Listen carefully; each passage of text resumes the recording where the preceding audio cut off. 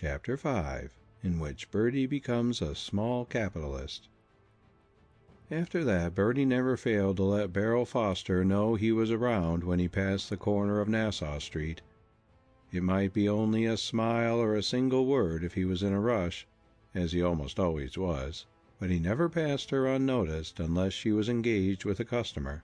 Sometime during the day he always managed to buy a bunch of violets from her, and it was not long before many of the brokers who knew him got on to his new habit of sporting the flowers, and, as they easily guessed the source of his supply, they teased him unmercifully. "So you're mashed on the little flower girl, eh?" remarked Broker Wordsworth one day. "Who said I was, Mr. Wordsworth?" asked Bertie, flushing it up. "Oh, your face shows it, young man," laughed the broker. "My face? What do you mean?" "Why, you're blushing like a society bud just out," chuckled the Wall Street man. "Isn't he, Dexter?" appealing to a friend he had just been talking with. "Sure thing," grinned Dexter. "I'm afraid it's a serious case." "Undoubtedly." "Come on now, Mr. Wordsworth, you're laying it on thick," protested Bertie in some confusion. "Nonsense. You might as well own up that you're gone on her, Bertie. But you want to look sharp. She's got more mashes than she knows what to do with. There's old Bronson. He buys flowers from her twice a day as regularly as clockwork. And Adams the millionaire has lately contracted the violet habit, too. You're up against a score of the smartest and wealthiest brokers on the street, my little man, all regular customers of hers. If you're going to get and hold the inside track in that quarter, you'll have to keep your weather eye lifting." The two brokers laughed heartily and walked away. "I suppose Wordsworth thinks that's funny," muttered Bertie. "Well, I don't care what he thinks, or what anybody else around here thinks, for that matter. I'm not going to be frightened away from Beryl Foster just the same. She's a fine little girl, and I know she likes me. And if I'm stuck on her, that's my business, I guess, and Beryl's." It was now over a week since Bertie acquired his M&C Traction stock. Life had taken on a fresh interest for him. The ticker, which heretofore had only casually interested him, now became the arbitrator of his fortune. He consulted it frequently, and its strident song was sweet music to his ears, for M&C kept on advancing in price daily. It had now reached the figures 86, and it didn't take much calculation on Bertie's part to find out that he was $1,400 ahead of the game. "I wonder if this isn't the beginning of that barrel of money I've got in my mind's eye," he said to himself. "The question now is, how long ought I to hold on? That's the important thing I've got to consider. If I hold on too long, the stock might suddenly go the other way, and then my prospects wouldn't be quite so rosy as they are at this moment. I'm going to chance it a day or two more, and then—" But his meditations were intruded upon by Mr. Morse's bell, summoning him into the private office, so further consideration of M&C Traction had to take a back seat for the time being. He was sent over to Mr. Green's office with a note for instant delivery if the broker was in, or, if at the exchange, he was to carry it there. When he entered the reception room, he was confronted by Oliver Bounce, who sulkily demanded his business. "I want to see Mr. Green," said Bertie in his offhand way. "You can't see him," snarled Oliver. "Why can't I?" asked Bertie aggressively, for he knew his mission was important. "'Cause he ain't in." "Is he at the exchange?" "I don't know where he is," growled Bounce spitefully. "You'd better know," returned Bertie wrathfully. "I've got an important message for him, and if he misses it through you, there'll be something doing in your neighborhood, all right." This statement somewhat frightened Oliver, and he recollected that Mr. Green was at the exchange. "That's all I want to know," answered Bertie, turning on his heel and making for the exchange. He went in by the new street entrance, found the broker, and delivered the note. Mr. Green read it, told him to tell Mr. Morse he would attend to the matter at once, and returned to the floor. There seemed to be some excitement around one of the posts at the time, and Bertie asked a messenger boy who was leaning on the railing what it was about. "That's M&C Traction.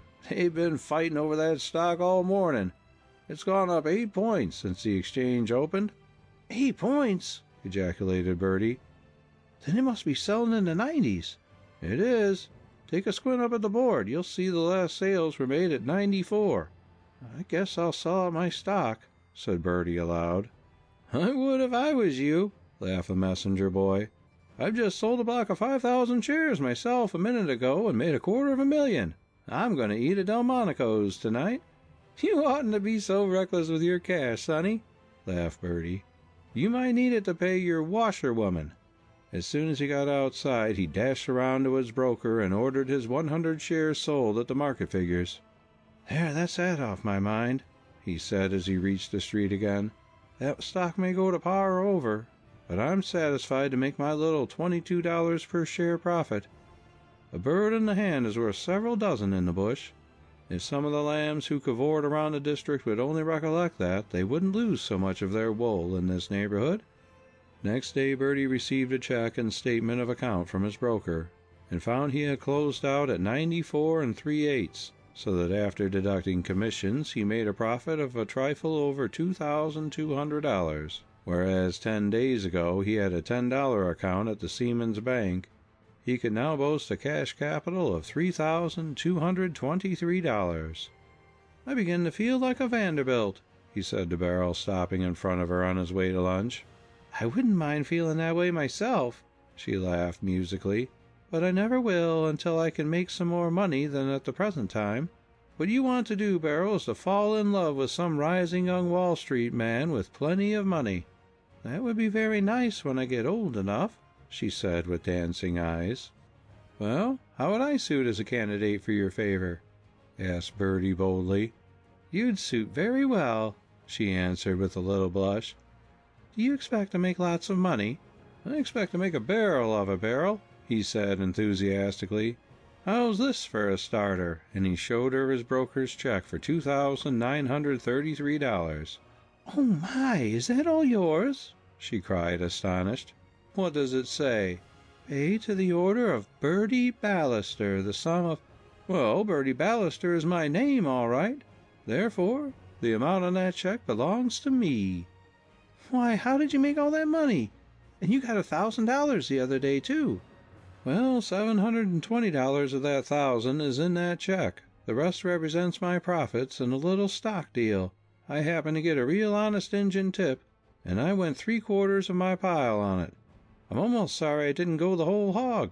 I could have managed to have bought another 40 shares, but it would have left me flat broke, and I was afraid to take the chances.